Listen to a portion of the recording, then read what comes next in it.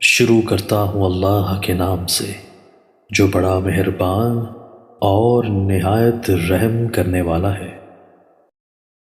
سیدنا ابو ہریرہ رضی اللہ تعالیٰ عنہ سے مروی ہے کہ نبی کریم صلی اللہ علیہ وآلہ وسلم نے فرمایا، کیا تم چاہتے ہو کہ پوری کوشش کے ساتھ دعا کیا کرو تو پھر اس طرح کہا کرو، اے اللہ اپنے شکر، ذکر اور اچھی عبادت کرنے پر ہماری مدد فرما۔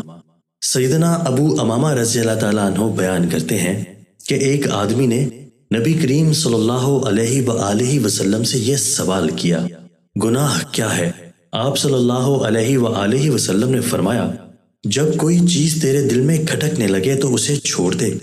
اس نے کہا، ایمان کیا ہے؟ آپ صلی اللہ علیہ وآلہ وسلم نے فرمایا، جب تیری برائی تجھے بری لگے اور تیری نیکی تجھے خوش کر دے تو مومن ہوگا۔ دوستو، اللہ تعالی ہمیں ان احادیث مبارکہ پر عمل کرنے اور اپنی زندگیوں کو سنوارنے کی توفیق عطا فرمائے۔